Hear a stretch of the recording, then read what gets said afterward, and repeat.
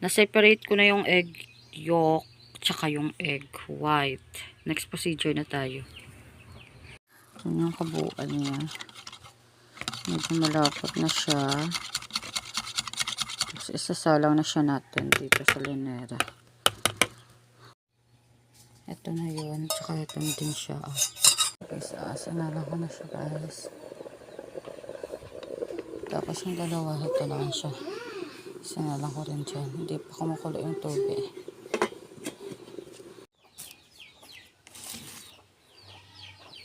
Nag-overlap yung isa.